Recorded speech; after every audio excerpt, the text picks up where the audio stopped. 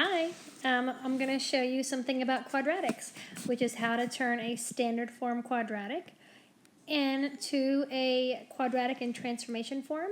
And we want to do this because it's really easy to graph without having to make a table, and it's easy to solve for intercepts when it's in this form. So we're going from standard form to transformation or graphing form. So we're given this quadratic, which I've built here, and the quadratic is x squared plus 2x's plus 3.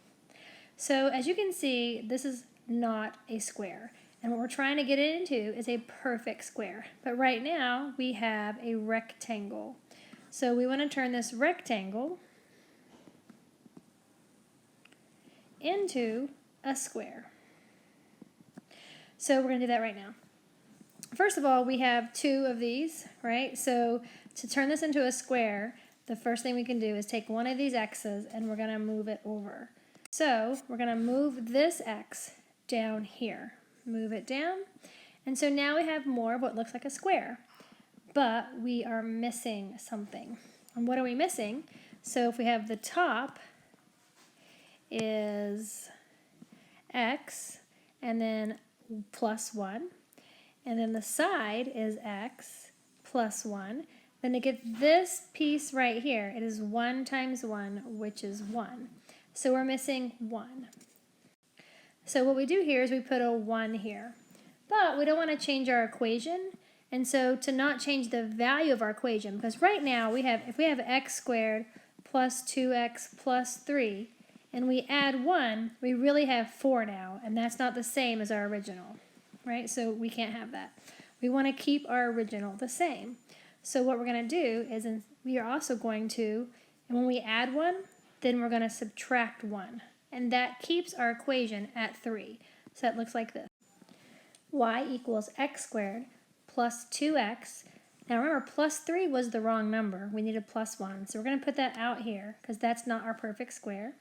But plus 1 did make our perfect square. So we're going to put the plus 1 in here. And then we have to subtract 1 because positive 1 minus 1 is 0. We're trying to make our equation stay the same. So right now this is our box right here. We don't want it in standard form. We want it in perfect square form. So we are going to write this in factored form. So if we look up here at the box, this is x1 here and x1 here. So this box is literally x plus 1 times x plus 1. That is what this box is. And out here I now have plus 2.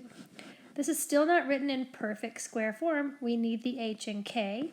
So I'm going to rewrite it again as y equals x plus 1. There's 2 of them, right? It's a perfect square. Plus 2. And so my vertex is now negative 1, 2. And I can graph that. And don't forget, the negative is already in here. So if this is a positive 2, that means the vertex is negative 1. So let's do a little harder one. Here you go. X squared plus 4x minus 5. If you want to pause to try it yourself, that's a great idea. Otherwise, I'm going to get started. First of all, we've got to say, we know that 5 is not the right number, so we're going to move it out of the way. Y equals x squared plus 4x, and we're going to move negative 5 over here because we are going to try to complete this square. So let's look what this looks like. 1, 2, 3, 4. So to break this up, we need 2x here, so it's x plus 2, and on this side it's also x plus 2. That means 1, 2, 3, 4. We need 4 of these guys. So y equals x squared plus 4x. We moved the 5 out of the way. We're going to add 4 here. And if we add 4 to maintain 0, we have to subtract 4. So we're going to write that in perfect square form now. So y equals, this is our perfect square from here, x plus 2 squared minus 9. This time our vertex is our hk, and that is at -2, -9. So that enables us to. So now that I have the transformation form, I can graph this. Again, at x plus 2 minus 9, I know my vertex is at -2 because it's opposite here, down 9. So here's my vertex. And I know it goes up, but I don't really know the shape of the graph, but you can find other things to help you graph it a little better. And one of those is the X and Y intercept. I always use this little table down here when I find X and Y intercepts because it just helps me remember, hey, let's plug in 0 and see what happens. The first thing I want to do is I want to plug in 0 for X. And I think it's easiest to do that in the standard form. So, because if you put 0 in here for X, everything goes away, just leaving -5. So 0, -5 is one of my points. And that's already looking better. I can already get a kind of a good shape. But another thing I could find are the y-intercepts. And to find the x-intercepts. And to find the x-intercepts, I just let y be 0. Now, you could let y be 0 here and then solve this equation. And if it factors, great, which this one does. But if it doesn't, you have to use the quadratic formula. So I'm going to show you a better way to do that. So if you have this form already, it's super easy to solve in this form because you only have one x right now. And you have this beautiful square. So if you add 9 to both sides, you have 9 equals x plus 2 squared. And you can take the square root of both sides to get rid of that square, the inverse.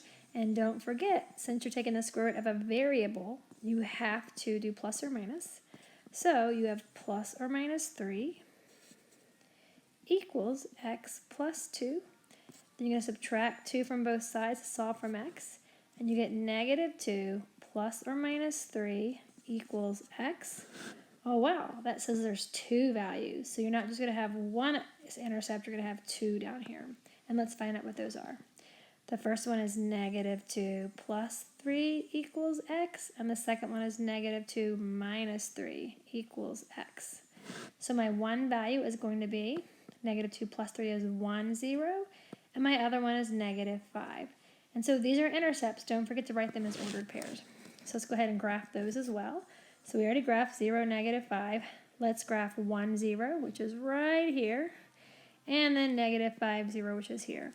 So as you can see, I have a much more complete picture of my graph. I'm actually starting up here. I'm going down, I'm hitting that intercept, and don't forget your arrows to indicate this graph goes on and on and on. So here's a much better picture of it. Also, don't forget ordered pairs. Here's the equation in this form, there's the equation in vertex form if you want to write it, and these are all the intercepts you notice are in what? Ordered pairs, which is a pair means 2. So they're ordered pairs, and that indicates they're actually coordinates, just like the vertex HK on your graph. All right, have a great day.